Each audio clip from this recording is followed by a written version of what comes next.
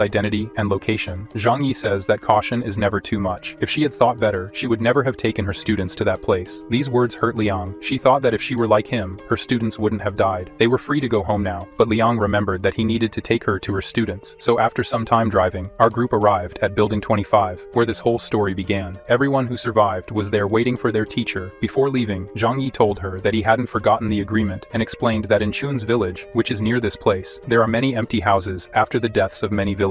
She wanted him to take them all to that place, but Zhang Yi replied that their agreement didn't include that, and if she wanted something beyond the agreement, she would need to pay more. She thought they were already friends, so he could do that. Zhang Yi replied that they were friends, so she would have a discount. He made it clear that nothing comes for free, and since she had nothing to offer him now, Liang said she would take care of them alone. Zhang Yi then bid farewell to his dear friend and said they could see each other soon, because he lives near that city. As she walked away, Zhang Yi had a look that revealed his true personality. In secret, he said he didn't care about her students, but he needed to maintain a good relationship with her, someone so powerful he couldn't afford to lose. He said that soon he would have her in his bed, or in his group, because that would be enough. Liang returned to Building 25 where her students were, and she found them burning furniture to keep warm. She went to ask if they were okay, but all they wanted to know was why Zhang Yi had left. Wasn't he supposed to provide food and take care of them all? Liang explained to them that Zhang Yi would come back later and take them to a better place. Upon hearing that this place was a farming village with houses and fishing opportunities, the students became outraged. They wanted to know why Karen and Singson could live in the village where Zhang Yi was, and they couldn't. They all complained that the two girls could live in a much better place than them, and insisted that Leon talk to Zhang Yi so they could live in the same place too. They all complained that it was too cold and difficult to have to fish for food. At this point, Liang began to feel frustrated with her students' lack of gratitude, and shouted that the discussion was over. She was tired of trying to save them from the Zishan base. She became irritated with them, and said they were free now. Anything was better than being in that base. Liang sat down and told them to rest because tomorrow morning Zhang Yi would help them go to the Seva village. The next day, we see Zhang Yi in the car telling Uncle Yu that he should pack his things and come live near him in his bunker, because the place is full of luxurious houses, and Zhang Yi believes it's better for them to live close to each other so they can take care of each other. His uncle agreed that this would be great, and that after this great battle, he understands the power of cooperation. Additionally, the veteran also mentioned that it was scary to live alone in such a big building. The chubby one finds this strange. How can such a powerful man like his uncle be afraid of anything? Zhang Yi made it clear that his uncle's fear makes perfect sense if they analyze the words of Chen Xinian before he went to talk to the devil. Tianhai City has other military forces besides them. This is worrying, but at the same time, the three of them destroyed more than 1,000 people in one night, so they are the real danger of this city, and from now on, they will live together. So our villains got out of the car to get their things from Building 25 and go to their new home. When Zhang Yi returned home, everyone sighed with relief. He reassured them, saying he was fine and nothing had happened to him. His uncle was also welcomed by his delightful wife. Zhang Yi then noticed Karen standing silently beside him. He approached and hugged her, whispering sweet things in her ear. Thanks to her, this victory was possible. They would never have succeeded without her and her bombs. Meanwhile, Singson watched from afar, wondering why she wasn't receiving as much attention. At that moment, Zhang Yi noticed Singson standing nearby and said that the greatest credit of all belongs to her. Her hacking skills initiated this plan. Zhang Yi then gathered everyone to talk. His uncle wanted to know their leader's plans. Our protagonists decided they should return to the larger bunker. There are many mansions there that they can use. Zhao Heimi felt relieved. That place was her home, and she had worked all her life to buy a house in that condominium. Zhang Yi then said that they would all move out of this apartment and leave supplies here for this place to be an emergency base. The girls grabbed their suitcases, and then Zhang Yi was going to lock up his first base where it all started. He noticed that Li Jing was hiding at the end of the hallway. The man replied that everyone had been awake since yesterday, afraid after hearing an explosion from the west. But Zhang Yi completely ignored what he said and asked about his health and if he felt anything strange lately. Li Jing replied that he didn't feel anything strange, but his health was terrible, to the point that the doctor with them in the building told him not to use his ability, or he would become fertilizer for the seeds. Zhang Yi then said it's okay, since he's fine, he'll leave now. Shortly after, finally, all our heroes arrived at Zhang Yi's palace. He told the otaku and his uncle that they could rest today, and the next day they could choose a mansion in this condominium to live in. After that, Zhang Yi entered with his cat and locked the door behind him, saying he couldn't believe he could finally sleep and rest after a whole month of torment. In the morning, we returned to teacher Liang and her students who finally arrived at Su village. Some residents stayed in the village and were not taken to the Xishan base, and of course the villagers who hadn't seen her since she was with Feng's gang were afraid of her and thought she was a spy. On the other hand, Liang was worried because the resources they got from Zhang Yi would soon run out, and of course she knew very well that her students were weak and couldn't fish in the Xu village's river either. The teacher thought the only alternative was to ask Zhang Yi for more food. As we returned to Zhang Yi, he was in his love nest with Zhu Qir, who was telling him that things were calm and they should consider having a child. Zhang Yi replied, saying it didn't make sense to have a baby now. They would have to take care of a child every day. He reassures the girl, saying that the times are still uncertain. As he looked at his wife sadly that face, Zhang Yi thought he had no plans to have children. For him, it would just be one more life to worry about. But for his beautiful Zhu Kier, this was important. She wants to have a baby to strengthen their love. Our girl thinks that every day more girls come to live in this refuge. Having a baby is a guarantee for her to keep her place in Zhang Yi's heart. As if he could read her mind, our villain says he has a solution for her to keep her place in his heart. Zhang Yi says she must train her body and keep her body sexy and her face beautiful. She also has to work on her secret feminine technique. This response embarrassed the girl, and she tells her love that he can't say such things. Furthermore, how is she going to train her feminine technique alone? While Zhang Yi said things I can't show here, his uncle went to the door of his room to say there was something important. He was embarrassed to hear something and said that Liang was calling for Zhang Yi. Our villain went down immediately and told Yang Me that he was busy now. He went to Liang and was kind, telling her to sit down. He was being very polite because he wanted something from the woman. She tells about her difficulties with her students, and Zhang Yi says that a skilled woman living such a difficult life and having to work so hard for others is sad, so she could live in this place with him. The girl, upon hearing everything, says that the agreement was for them to unite to defeat the excision base, and then Zhang Yi would provide food and shelter for everyone for a while. She needs more food for her students. Now that the enemy base is destroyed, he doesn't need to worry about keeping a lot of food for the future. Liang knows her students are spoiled, so it will take time for them to become independent and find their own food. Zhang Yi asked how all this was possible. Didn't they suffer a lot at the excision base? Liang didn't want to talk about it anymore. He can provide food for a while longer, and she will think about how to solve their problem later. Zhang Yi is a man of his word, and then withdrew a lot of food from his dimensional space for her. He explained that these resources would be enough for her and her students for about half a month. Liang deeply thanked him for this, and Zhang Yi just replied that she deserves it all. But he questions if it's safe for a woman to be responsible for so many young students. This makes the girl sigh. So those words had some effect on Zhang Yi. Liang remembers that since the apocalypse began, she has been working hard as a teacher and protector of these students, and above all, they are not truly grateful for her dedication. Even thinking this way, Liang responds that she cannot abandon those people, as they won't survive in this world alone. She would be unable to forgive herself for leaving them behind. Zhang Yi is saddened to know that she puts her life aside to dedicate herself to others. That's something he would never do. He then has a brilliant idea. He can help Liang to free herself from these students responsibly. Perhaps then she can leave them behind and join him, since she insists on not abandoning those useless parasites due to a good person instinct. He thought to himself that if he could find a convincing reason for her to abandon her students, then he could live comfortably and be very happy. Furthermore, he knew very well that her students would be like demons, as he still remembered how they treated Xingxin when they threatened her with death. When he snapped out of his thoughts, he questioned Liang that most of her spoiled students were over 18 and yet they only rely on her like children who aren't even hers, and when the agreement ends, how will they feed themselves? This left Liang extremely frustrated, thinking they would grow up and mature after all they went through in excision base, but she was wrong. Then Zhang Yi entered and told her that he knew she was having difficulties with her students and decided to help her. Liang didn't believe him and was very surprised. To understand better, she asked what he meant by that. Zhang Yi replied that, as she knew, he had many resources, and it would be very easy for him to provide for her and her students continuously. Liang knew very well that this didn't come for free, and asked directly what he wanted in return. Zhang Yi said he wanted to feed the students. The protagonist told the girl that he already has plenty of food and equipment for many years. Zhang Yi couldn't bear to see Liang work so hard like this. What he wants in exchange for giving food is for herself. He wants Liang for himself. The woman was ashamed and said out loud that she would never sell her body in this life. He's crazed to ask for something like that. Zhang Yi then says she didn't let him finish. He wants her as a martial arts teacher. How can she think of such indecent things? Our villain says he wants to know what's on her mind. Is she really a teacher? What subject then? Liang was embarrassed and apologized for her misunderstanding. Zhang Yi then decides that if she thinks so badly of him, then she doesn't deserve this help. The woman apologizes more and accepts his kindness in exchange for teaching martial arts in bed. Xingxin was listening to this whole conversation and asked herself if Zhang Yi also wanted to date their teacher. Liang was determined to accept this in exchange for helping her students. Our shameless protagonist says she must come every day to teach 2 hours a day, and then he will provide food for 10 people every day. Only 10 people is little. Liang has 16 students and asks for more, but Zhang Yi is very clever and says the intention is to make her students learn to be independent. If she gives enough food all the time, they will never need to make an effort for more. Liang then accepted the situation and told him that 10 people were better than nothing. After Liang left, Zhang Yi relaxed. Although he didn't show it, he was tired. However, it seemed he wouldn't be able to relax for long. Xingxin and Karen arrived at the location. He said they were late because their teacher had already left. Xingxin says they didn't come here to talk to her, and this makes him curious. Why not? They reply that if they had come here earlier, they would have disrupted the negotiation. Xingxin then asks if he wants to consume Liang too.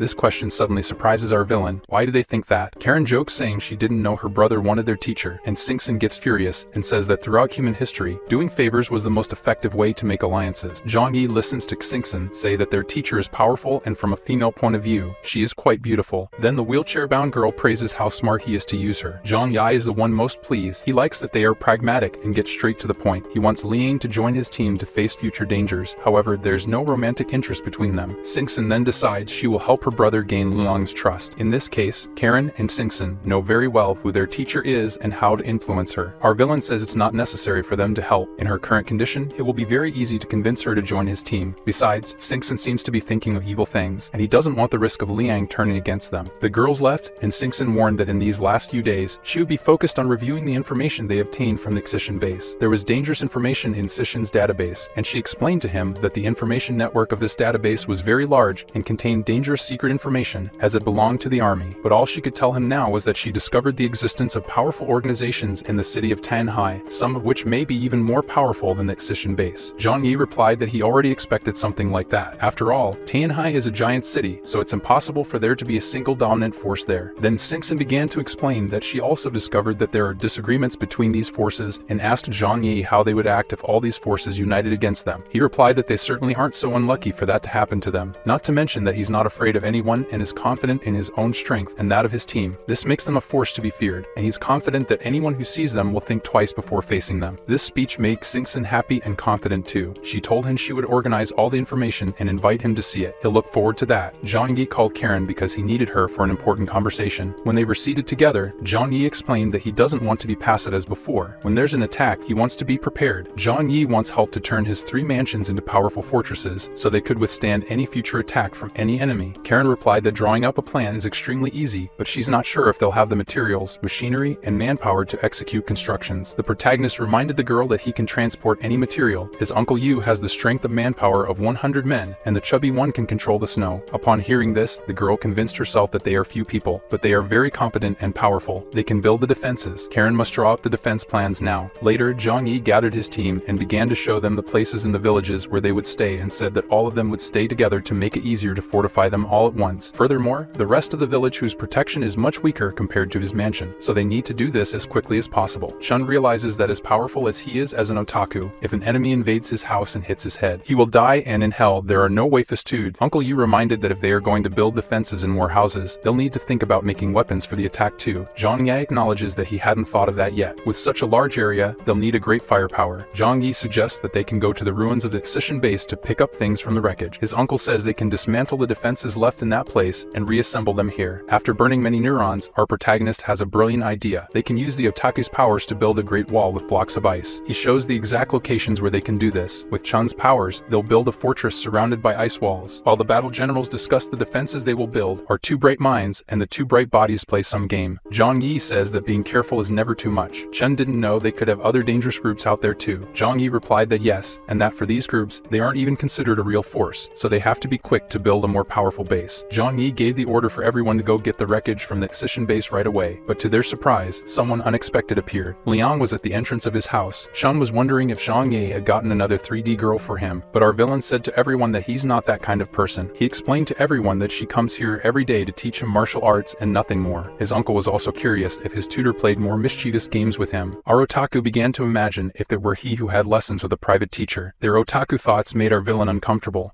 Yeah, boy. Liang was invited to enter, and she was surprised to see so many people here. She found this place very comfortable, like a big family. The girls she knew were also there. It had been a while since the teacher had seen her 2 students. Singson and Karen said they always felt safe with Zhang Yi. Singson also said she could ask her brother Zhang Yi to let her live with them too. This was an attempt by Singson, but her teacher refuses to leave her students alone. Singson doesn't give up and responds that she can come live here and still help her students. If she doesn't, and they learn to survive on their own in this world, she'll be their slave forever. Upon hearing these words, Liang asks if Zhang Yi would accept her here. The teacher asks her former student if it wouldn't be selfish to leave the other students alone in that village. Singson says she can convince Zhang Yi to let her stay. Now as for the students, Singson thinks no matter where they live, it won't change their living conditions. Furthermore, if she lives here, she'll be able to help her students much more with food. Singson knows her teacher was tempted to accept, and then creating a way to make it seem like the best for her students can convince her. Looking around, it was natural for Liang to want to live in this cozy place. Singson knew Zhang Yi's plan is to create a way to make her stay here and leave the students outside unprotected. When When that time comes, they will be eliminated. Liang says she'll think about it, and our girl will wait for her answer. After their conversation ended, Zhang Yi takes Liang to her first day of martial arts classes. He notices that her clothes are like trash, so he gets her some new clothes. These luxuries make her ashamed because she must take a bath and put on clean clothes to be able to practice. When she returned with new and clean clothes, her confidence had increased, so Zhang Yi tells them to start. Her teacher says he must be prepared like a man, and then they begin to practice. Run. 2 hours later, Zhang Yi was destroyed, and his teacher hadn't even sweated her new clothes. She reminds our protagonist that becoming a master takes many years, but Zhang Yi just wants to be able to defend himself better if needed. Liang thinks that if he defeated Ling Feng, then there shouldn't be people who can face him in battle. Zhang's look turned cold. Everything in this world can be unpredictable, and he must be prepared. After that, he said they should continue tomorrow and handed the food to her to take away. Liang remembers Xingxin's words and thinks that if it were Zhang Yi who had said all that, she would be sure he was conspiring against her students, but since it was Xingxin, such a pure girl must not have bad intentions. Little does the teacher know that Xingxin is more degenerate and terrible than our protagonist. We just need to remember that she liked people mistreating her, and then commanded the flower cat to make him her food. When her new evil student leaves the room, the teacher begins to question if she can really live here and be welcome. Leaving the hall, he met Chun, and he suggested bringing Liang with them on their trip to the Excision base. Although they supposedly blew up the entire base, he was still tense, worried, and afraid. Uncle Yu said Chun should be braver. He has extraordinary power and looks like a scared rat. The leader says there's nothing wrong with being cautious, but that's different from being cowardly. He also says that at the right time, he will call Liang to go with them. As for Liang, on the way back, she was thinking about Zhang Yi's offer and whether she should discuss it with her students. When the students saw the resources she had, they were happy and went like zombies for the food. Now relieved, Liang wanted to know how they did on the first day they could go fishing in the river. The student who did errands for the greedy woman at the Excision base said she should know they suffered a lot pedaling bicycles every day, and now that they can have fresh air and freedom, no one wants to work outside in the cold. They only caught 3 fish. She didn't expect it to be different. The boys weren't satisfied with so little food and wanted more, but one of them was sensible and reminded that this food was from Liang that she got from Zhang Yi. They should be able to go after their own food with their own hands. One of them asked Liang, since she goes every day to teach martial arts to Zhang Yi, she could ask him to let everyone live in his house too. They can eat less food and help with chores if necessary. Other students insist that Karen and Xingxin can, so why can't they? The teacher then says with a serious look that they are not like those 2 girls. Xingxin is Zhang Yi's bride's sister, and Karen is Xingxin's best friend. Moreover, the 2 have great intellectual abilities that none of them can compete with. Even after hearing all this, her selfish students asked Liang to try harder to find a way for them to live in that place. And with those words, Liang is now sure she would be unable to talk to them about Zhang Yi's offer now.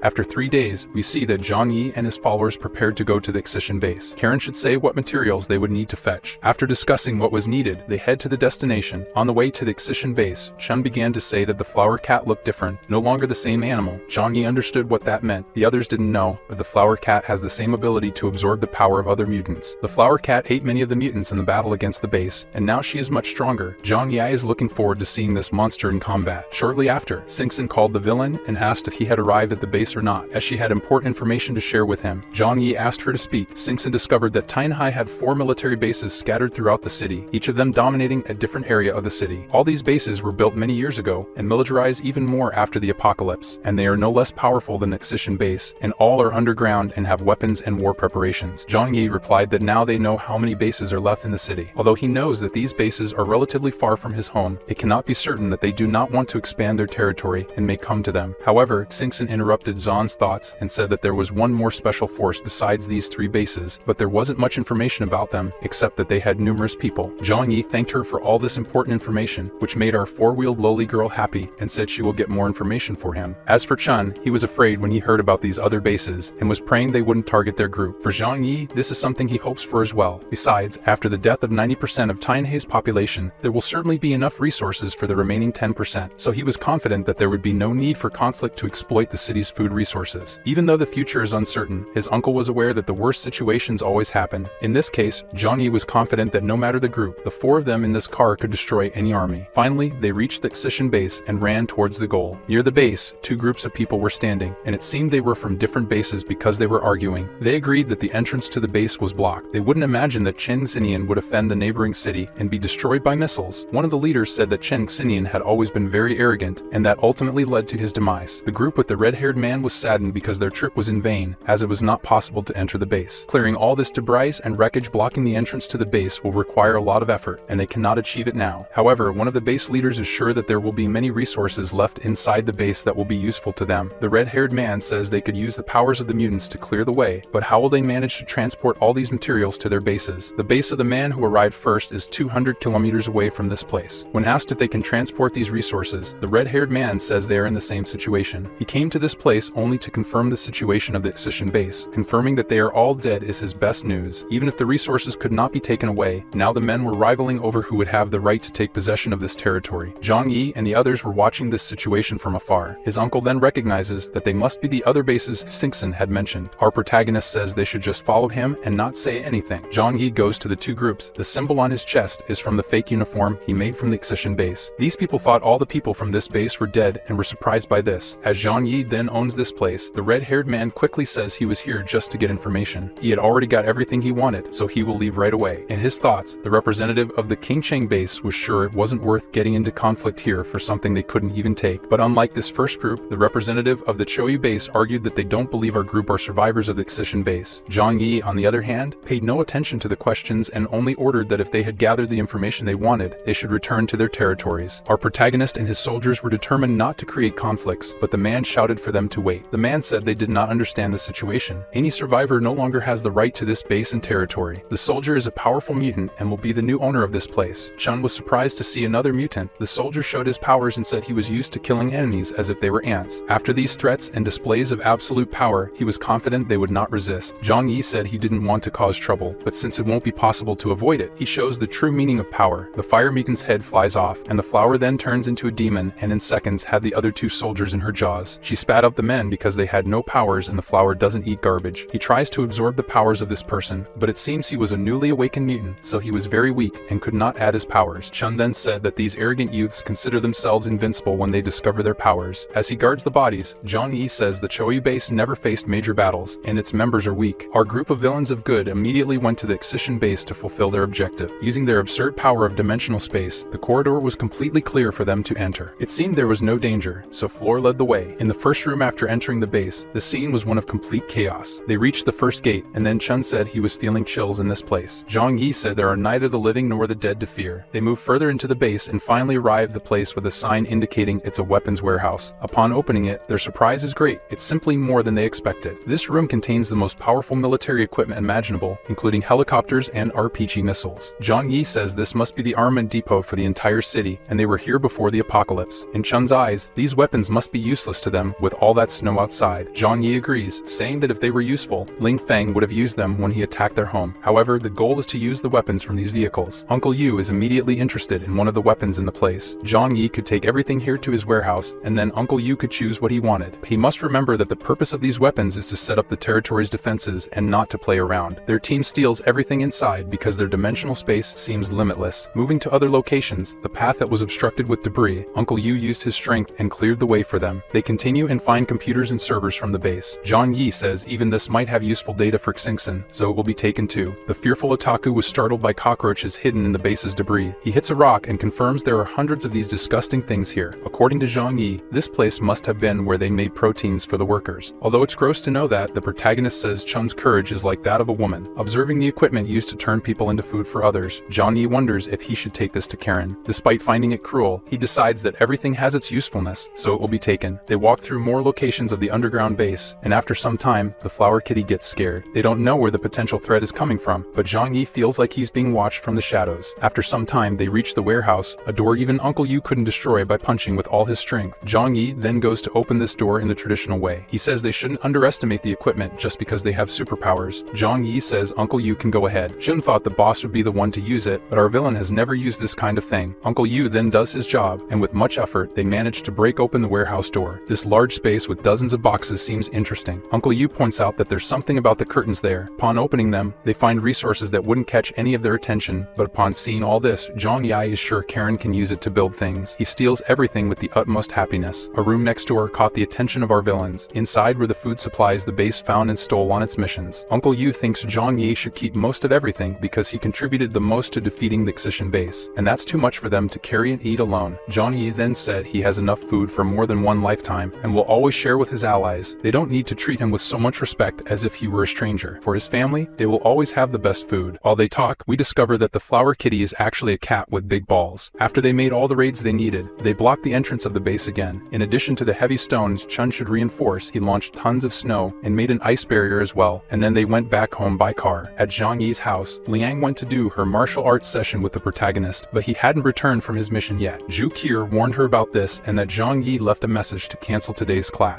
Liang was shocked by what she heard because she knew it would mean she would return today empty-handed to her hungry students. Zhu Qier then asked if she was hungry. She replied that she could come in and eat with them. Although Liang was starving, she refused and would return tomorrow. Zhu Qier was saddened to hear that she had come here in vain, but Liang told her not to worry about it because it's the student who sets the class schedule, and then the woman fled embarrassed. Xingxin then appears saying this must be a martial artist thing. Zhu Qier says she should have at least taken some food for herself. Xingxin asserts that would be worse for Liang. Those former companions of hers are selfish people and are worthless. They would fight over a little food, and that's why Liang decided not to take anything. Zhu Qier then asks if Zhang Yi did this on purpose. Did he intentionally forget to notify Liang that he would be out due to his commitment, and thus make Liang come here giving hope of food to the students, and then she returned empty-handed to make Liang realize the reality of these students? Our crazy wheelchair loli says it must have been just that, and that Zhang Yi is amazing. With such a brilliant move, he will touch so many hearts. Xingxin is head over heels in love with our villain's wickedness, while Zhu Qier agrees that this is the kind of thing her fiancé would do. But to break our expectation, on the way back Zhang remembers that he forgot to tell Liang that he would be out today. As for Liang, when she returned to the village and saw the villagers working, she began to focus on them. At that moment, she was impressed because even the small children were working, while her students were just waiting for her to bring them food. She admits that Zhang Yi was right to let them fend for themselves a bit. When she returned to the students, they began to chase after her asking where today's food was. She replied that Zhang Yi wasn't home, so there was no food, and now they must go out and fish. They were disturbed and shouted that if Zhang Yi wasn't home, but he has plenty of food, then he should leave some reserved for them. Liang wanted to teach them not to blame others and to seek their own food. The students argued that they were not fishermen and their hands were hurt. Other students say all this is because Xingxin and Karen are cruel. They were classmates for years, and now they have a good life and don't care about them. Soon everyone starts agreeing that the girls have always been bad people. Liang is surprised to see these people blame the girls who almost died at their hands. She begins to get angry hearing everything they're saying about the girls. Liang yells ordering them to shut up. She will make an announcement right now. She tells them that from now on, she will live in the bunker with Karen and Xingxin. Liang decided she shouldn't pamper these people. They swelled with joy, thinking she would take them too. Liang then cut the happiness of these spoiled brats. It's not as they think. They all will stay here and learn to live on their own. Zhang Yi promised food for 10 people every day for her work teaching martial arts, and she will bring this food to them. Even knowing she would give up her food, her ungrateful students revolted and didn't want to accept this situation, even calling her selfish for doing so. The woman accustomed to ingratitude didn't want to listen to what they were saying and left for her new home. After 30 minutes, Liang left an environment of shouting and shitty egoism and was now in a warm place and well received. Zhu Qier was kind to her fiance's teacher and took her to see her students. Liang then talking to the two girls learns from Karen that life here is so good that Zhang Yi doesn't even let them do household chores. Karen received a studio where she can conduct the research she wants. The cheerful girl says she's happier here these days than in her entire school life. Similarly, Xingxin has a comfortable life and wants to know if the teacher returned to live like this too. The woman says Zhang Yi was right and she is letting her students learn to survive. Xingxin then gets straight to the point and asks if the teacher wants to live here. Liang didn't want to admit to herself that her desire was to leave those people behind and live her own life. So Xingxin helped her accept this desire, saying that everyone has the right to seek their own happiness. Liang then starts crying and they have a moment of catharsis. Then she asks Xingxin and Karen to speak to Zhang Yi on her behalf. Karen was convinced that Zhang Yi would not refuse Liang as she has great skills. Xingxin just warned that there is only one absolute rule in this bunker. Everyone who joins must be prepared to obey his orders. Liang feels embarrassed and asks what that really means. Does everyone in this place have to do the leader's bidding, even the darkest desires? She blushes and hopes that with 4 women in this house, he doesn't want a 5th in his room. Xingxin dreams of frequenting the leader's room and can't, so Liang is lamenting for nothing. Xingxin tells Liang that she must have a misunderstanding. Since Karen and she arrived here, Zhang Yi has never shown any inappropriate behavior towards them. The one was thinking dirty things, so Xingxin makes it clear that the big brother is not a perverted predator. On the contrary, he is an honorable man, and all he needs from them is their strength. If that's the case, Liang says she is ready to follow all orders, and after a while we see the perverted villain arrive and be welcomed home by his favorite hacker. He was curious why Liang was here at this time, so Xingxin explained the situation of why the woman was here now. The two terrible villains were talking about how Zhang Yi's plan worked. Liang was enraged with her students and decided to ask to live here. Now it's just a matter of him talking and accepting her stay. Xingxin was very involved in making this work, and her big brother acknowledges that she is always very clever. Our protagonist tells the men to wait in the next room because he has important matters to discuss with Liang. Karen offers them some drinks, and then the three start their meeting. Liang is embarrassed because she doesn't know Zhang Yi's real intentions in having her in his group. The woman thinks she is here to ask a big favor from the bunker leader. Because of this, Xingxin puts on her act and asks if Liang can live with them in this house. Zhang Yi, for his part, says that doesn't make sense. Liang has her students to take care of. She wouldn't want to live here. It's not that he's against Liang living here. The teacher remembers that Zhang Yi invited her only once, and after she refused and said she should take care of her students, he never asked again. Now with a determined look, the woman thinks that if she is useful, maybe she can have a second chance to live here. Karen served a special drink to her leader and then gave her opinion. The students just take advantage of the teacher's good character. They don't deserve her dedication. Liang then makes it clear that Zhang Yi must let her help her students grow and learn to survive out there. She will follow all the orders and rules of this place. All the work and demands she will do. Our protagonist says he accepts her living here, but he's not convinced she will follow all the orders needed. She starts to tremble and says she will accept the orders, but there are limits she cannot cross. Zhang Yi then says she is sincere and kind. That's a quality, but at the same time, it's a flaw. If one day it is necessary to take the life of an innocent person to keep the base and the people here safe, would she be capable of that? She is aware that these situations can happen and says yes, but if it is a situation just to satisfy evil desires, she won't do it. Although she said this, Liang believes that Zhang Yi is a lover of peace. Xingxin says that's right, the brother doesn't kill except when provoked. She agrees with everything but emphasizes that she doesn't kill her own people. Our villain smiles and says that's obvious. Of course, he wouldn't be so wicked as to ask to kill people close to him. Those were his words to everyone, but with his dark expression, our villain says to himself that he does those services himself. Zhang Yi is also convinced that in a post-apocalyptic world, it's normal for people to die from accidents. Moreover, he is sure he would have the support of his girls against those who harm them so much. They seal the deal with a handshake, so she is now officially part of our protagonist's family. I think the MC won't need to lift a finger for those useless ones to die on their own. What do you think? Liang feels relieved to know that she will be able to help her ungrateful students and still live in this comfortable place. Xingxin, on the other hand, knows that her teacher is naive. It won't take long for those idiots to bring about their own demise. Zhu Qier and Yang Mai went to the newcomer saying they would throw a party to celebrate her joining the team. If they wanted to know if she had a favorite food for her, it could be anything. So much joy leaves the teacher adjusted in a way she can't explain. However, the reality is that the boss's two women realize that there is now one more woman in this harem. Zhang Yi's bed is becoming small for so many possibilities. Our villain warns that there will be a meeting with the other members, and then she should join. He explains that it is a war meeting where urgent matters will be decided. It's not like there's going to be a new war, but Zhang Yi explains that they found other military bases, and they are definitely enemies. Liang understands that this will happen. With a powerful base eliminated, there will be a power vacuum, and others will want to take over that region. By coincidence, Xingxin has new information to share about the Excision base database. Zhang Yi calls the rest of the team, and then she can give the information to everyone. Currently, they are very comfortable with everything, but new enemies are nearby. It is imminent that there will be new conflicts, so Qinshin should pass on the information about the other military bases that exist in the city. Qinshin reveals that there are 3 other powerful bases, causing astonishment to those who did not yet know. The first of them is the Yangsheng base. This region has a lot of oil and fuels. Its leader is Xiao Honglian, who has the ability of fire, and his assistant is called Zhuge Qingtuing, who has the ability of wind. The second base is the Chouyi base, which controls all the ships in the city. Zhang Yi was curious if it was possible to navigate in this weather. She explained that only the surface layer of the sea was frozen because it was impossible for the oceans and seas themselves to freeze. Our protagonist's curiosity is about if the sea did not freeze completely, who has ships can fish. Qinshin confirms that, and this base is the one with the greatest potential for seafood. Furthermore, the girl explains that the boats need a lot of fuel, so the people from this region need to come to their city. Seeing more information, Zhang Yi realizes that the soldiers she killed were from this base. The last of the 4 major refuges is Qingpu, whose leader is Xing Tian, and his ability is of a strange type, as it enhances the power of people around him. However, his face is unknown, and there is not much information about his territory. Qinshin discouraged was that in this apocalypse time, the major factions do not dare to confront each other and reveal their special abilities. Zhang Yi thought this was expected and thought to himself that these people certainly would not reveal their power until absolutely necessary. This is because, as long as there is competition for power and resources in Tanhai, all the base leaders will be cautious not to be overthrown. Qinshin continued to speak and explained that each base had something that distinguished them, and what distinguished the Zishan base was the great power of its army. The Yangsheng base is energy, the Chouyi base is maritime transportation, and the Qingxing base is metal manufacturing. The other bases do not have large armies at their disposal, only individuals with special abilities. Among them, the Excision base they defeated was the strongest of all. When Qinshin finished speaking, everyone was relieved that the risk from these enemies was less than what they had already faced. Even Zhang Yi, who was cautious, became more relaxed. However, the teacher was curious about the 4th force that Qinshin mentioned. She really mentioned only 3. The wheelchair-bound girl says there's a group called Snow Worshippers. The religious leader has the ability to turn people into mutants.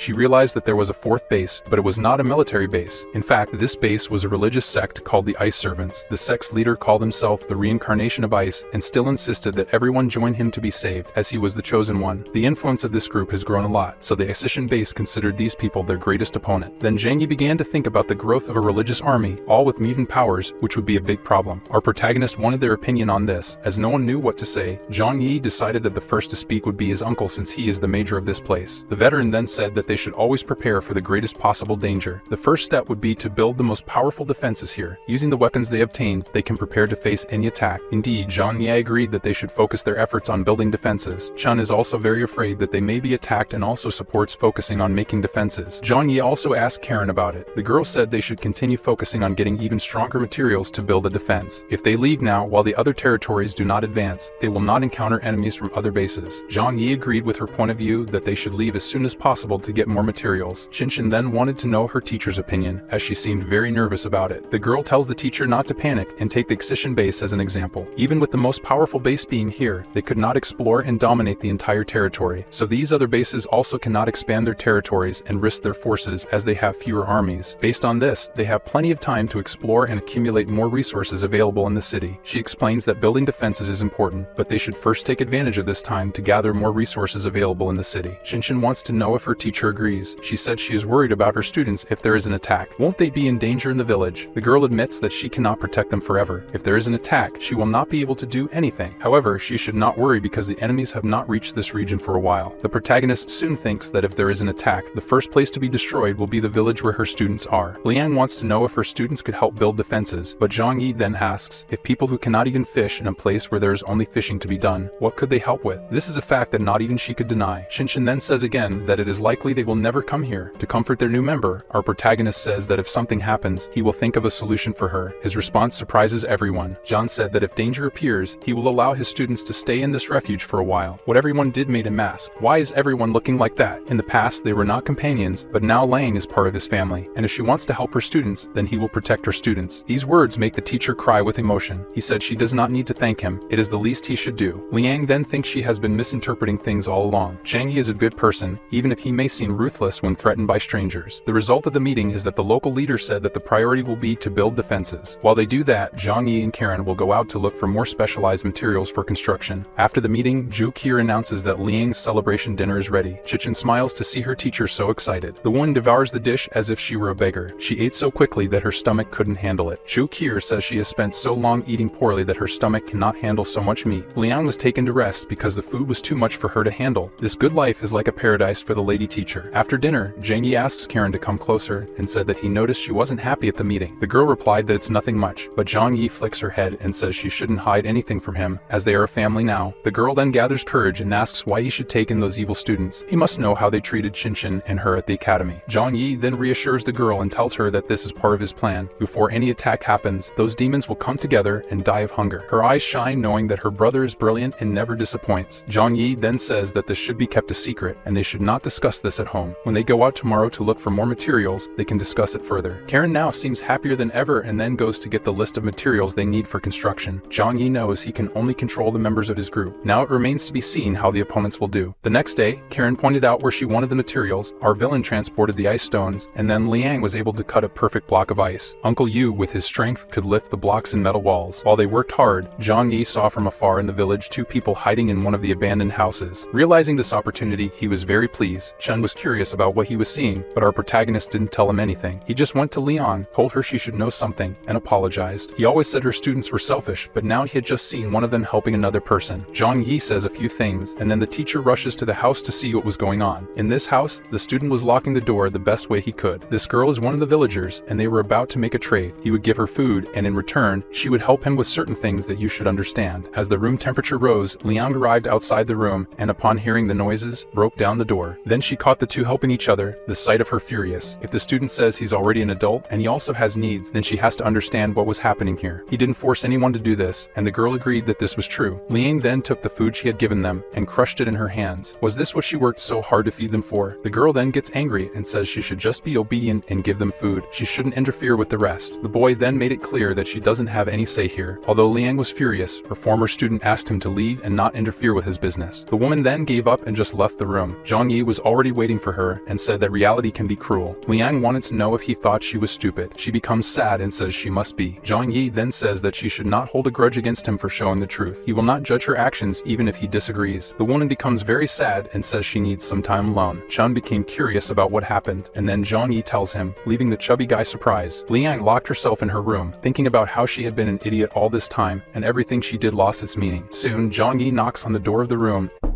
and comes to ask if she is okay. She said she just needs a moment and she will be back to work soon. However, our hero says that nothing is as urgent as her well-being. He came here because he was worried. Hearing that he was worried about her made her cheeks blush. Zhang Yi asked if he could come in for a chat, and she agreed. He sat on the bed and said he understands that this was a heavy blow for her, but he hopes she can move on, as there is a long way to go. Zhang Yi also said that if she has more problems in the future, she can talk to him, and that he will always be willing to listen. The woman then asks if he thinks she is an incorrigible idiot. Zhang Yi is sincere, says a little, but knows that she has her reasons for being so hopeful in those people. Liang opens up and tells about her past. She had been practicing martial arts since she was a child. All her life she devoted herself to it and dreamed of being a TV star or something very important, but being a woman was always an obstacle for her to stand out in the world of martial arts. So one day she decided to leave the martial arts path and work as a bodyguard. She says that was the most glorious time of her life. After a few years, she became very well known for her work, and then the academy hired her to be a physical education teacher and protect the rich and noble students of the academy. She becomes sad, saying that all her happiness was in the past. When the end times came, she lost everyone she had, and the only thing left was the responsibility to protect the students she had. That was the only thing that kept her going, and now she considers herself a fool. Liang says she can't live a selfish life like Zhang, who thinks of himself first and then others. The woman cries as she opens her heart. She just lost her last hope and faith that kept her going. In this cold and cruel world, she no longer sees a point in continuing to live just for herself. Our hero then says that she's putting too much pressure on herself, and besides, if before she was alone, now she has companions she can consider as family. Everyone in the refuge is different from the students she protected until now. He takes her hand and says she will need a new motivation. Liang can make him her new motivation. Thinking about his words, she becomes even more embarrassed and her head feels hot. This person in front of her was saying she should rebuild a new life and has the people of this place as her support. Additionally, he says he couldn't see her so sad. The embarrassed woman lets go of his hand and says she already feels better. Zhang Yi asks, does she really feel better? Liang responds yes, but she's still disappointed with her students and they need to mature. He gets up and leaves, leaving the woman behind. He was pensive about what happened. When he found Qinshan in the living room, now he asked if he had eaten the teacher. Zhang Yi, already knowing his hacker's provocations, simply replied that he has no interest in his teacher's body. Qinshan refuses to believe and says that Liang is very beautiful. Zhang agrees that she is beautiful, but very troublesome, and her problems are what he hates the most. The protagonist whispers in his ear that at least now Liang won't see his students as she did before. He tells him what happened and what she witnessed in the cabin. This information makes Qinshan say that they are truly repulsive. Zhang then says that the best thing to do is to convince Liang to abandon those people, and then he can eliminate all of them without worries. Qinshan openly hurt her brother's intentions and said she will help him with that. These events leave our villain very satisfied. The next day, they were getting ready to go in search of materials. Karen was dressed in military clothes from the excision base that they supposedly belonged to. Her uncle Yu wanted to go to help, however, Zhang replied that only the little flower kitty would be enough. Karen was eager for her commander's orders. He gave her a little squeeze on her nose, saying she is very naughty. Karen thinks she looks very pretty in this uniform, and Zhang Yi says he agrees, which makes the girl very embarrassed. He hands her something she can use to defend herself and asks if she knows how to use it. She says yes, so they set off on their mission. In the car, Karen wanted to know about the problem with Liang. Zhang Yi then wanted to know why Karen hates the other students so much. She replies that she doesn't want those people near her and Qinshan. She doesn't want to live near them or even see them from afar. Zhang Yi then says that he also doesn't like that kind of person, and soon they will stop bothering her. Our hero tells Karen that they will even let them into the base in case of an attack just to satisfy Liang. But before that happens, they must make Liang give up her desire to protect those people. Karen then says that Liang has such a soft heart that she could bring them into her refuge even against her will. He then says that things depend on her and Qinshan now. Zhang Yi says that Liang has more love for the two of them than for those other students. Karen then excitedly asks if she and Qinshan should capture Liang's heart. He says yes, if they make an effort, they will manage to take up all the space in their teacher's heart and drive out those students. They approach the factories and realize that a group of cars is ahead. He observes with his binoculars and sees cars adapted to drive in the snow with weapons on the roof. Karen is curious about what he saw and then observes with her own eyes. They underestimated the efficiency of the other bases. They are already in the vicinity exploring the resources that belong to the excision base. He tried to analyze the situation, trying to confront them without knowing the danger they represent and who they are would be very dangerous. While he was thinking, Karen says that those are normal vehicles modified to drive in the snow, so their performance is very low. They can barely reach 20 kilometers per hour, and they consume 5 times more fuel than normal because of the weight. This information surprised our hero, and he questioned if what she was saying was true. She confirmed that it was, so Zhang Yi soon realized it is very difficult to get fuel in these times, and they came from so far with such bad cars because they are thirsty for fuel. Jen deduces that they must be from the Yangsheng base. Karen then questions why their base is very far from this place. Our hero then says that a fight may happen, so she should prepare herself. Zhang goes to the group of cars until he is noticed by the strangers. Karen must wait in the car, and then Zhang gets out with his hands up, affirming that he came in peace, saying that he was not a threat. The men did not attack, and then they saw the symbol on his uniform. They know is the symbol of the destroyed exterminated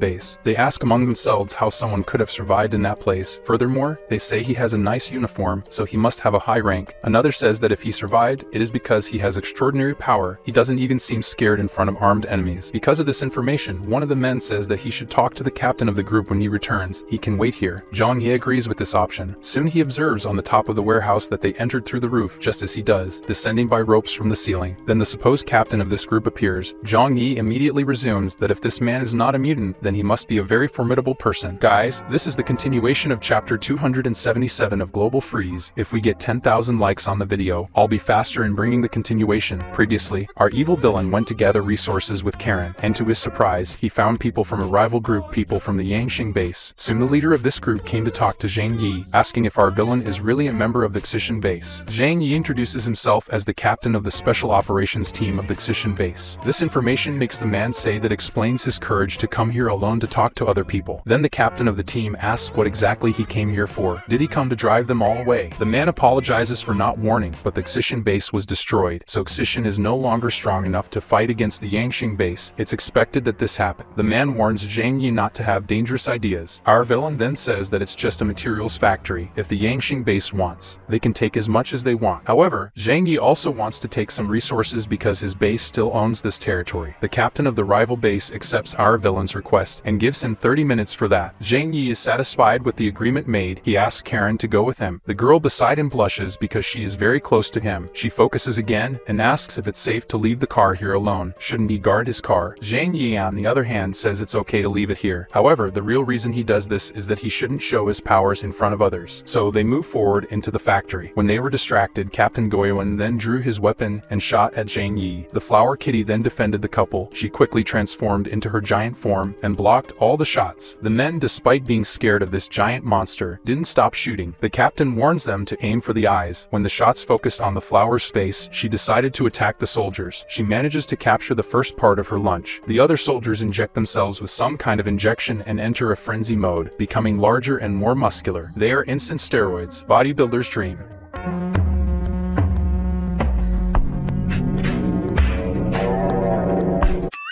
Zhang Yi realizes that this must be some kind of combat-enhancing substance. With this, Flower starts a frenzied fight against 3 soldiers. They manage to fight on equal terms against his giant mutant cat. While they were observing this fight, someone sneaked up behind them and shot them from behind. I bet you won't understand that the person fired and they were facing away before the bullets hit them. The two managed to turn around, and our protagonist managed to defend with a portal. Captain Goyuan now recognizes that Zhang Yi is a mutant. Now that he was attacked, Zhang Yi doesn't hide his powers and decides to attack everyone. He shoots several times in the direction of his enemies and says that this is the end of them. Goyuan orders everyone to split up. They couldn't imagine that one of their enemies' new abilities is to make bullets curve. He learned this from that movie.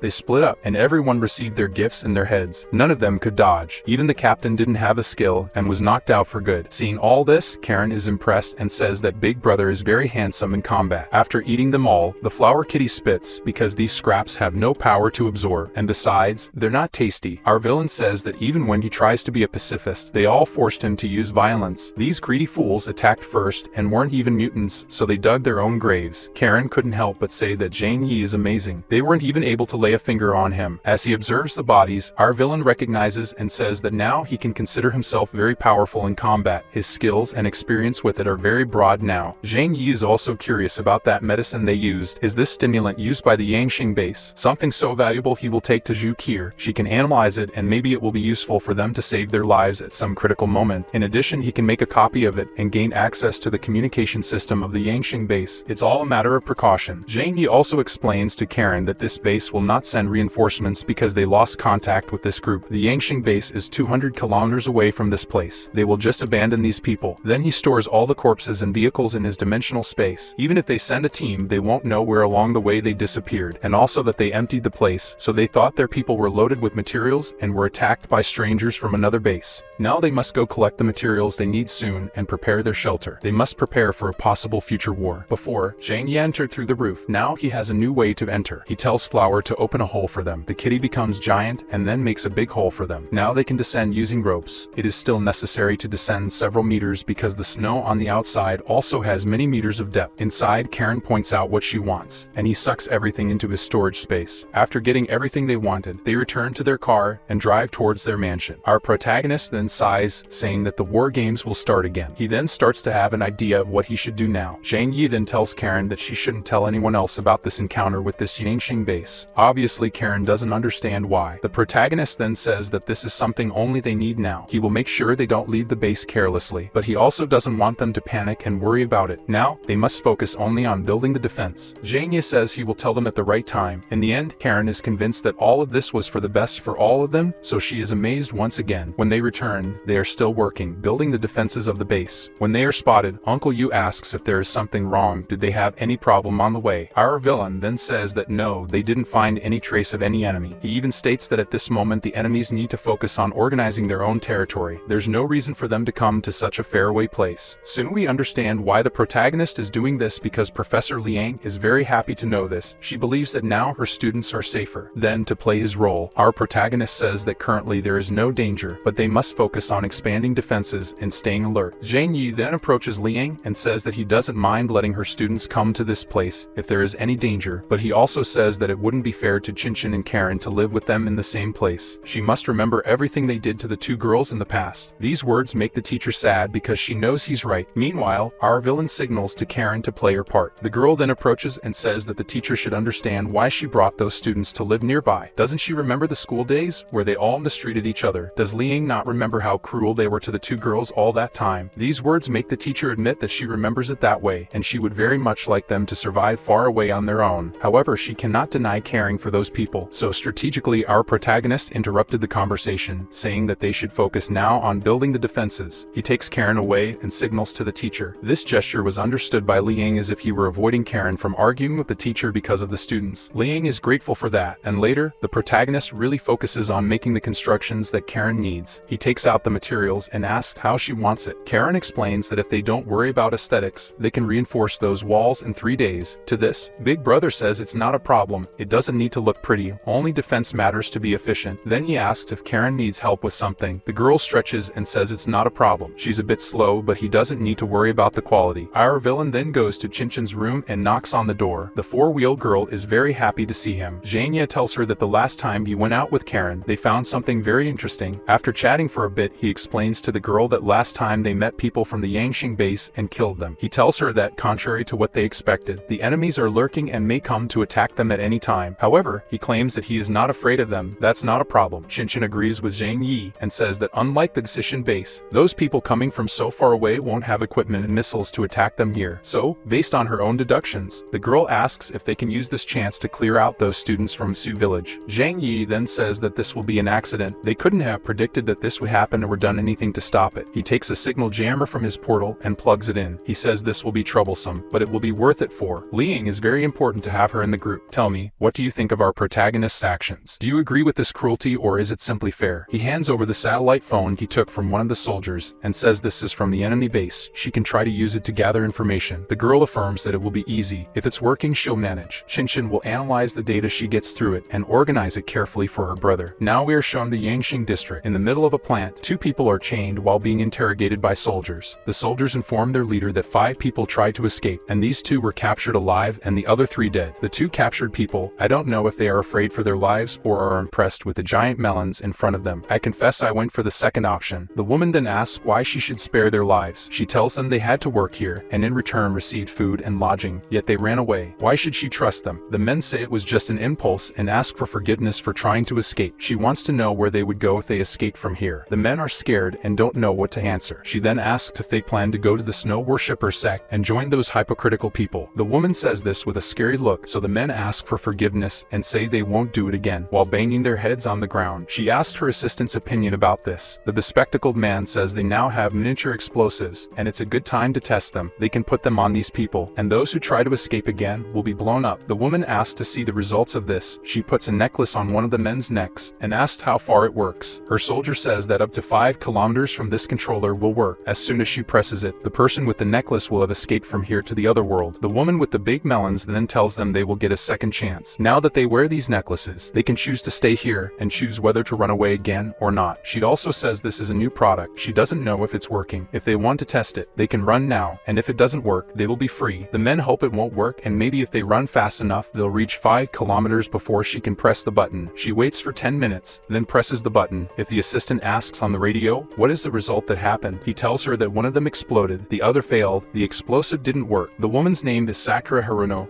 The woman's name is Xiao Honglian, and she says she always keeps her promises. Since the man escaped, she wishes him luck and to find the territory of the snow worshippers to save himself. Xiao Honglian, before leaving the scene, says that due to the failure of this new equipment, the technical department sector will be terminated in 3 days. I wonder why all the villains are always so hot like this. Her assistant tries to convince the woman, saying that the technical team is as competent as that of the excision base. She should give them another chance to continue working, even if the weapons they are making are not efficient yet. The other sectors are competent.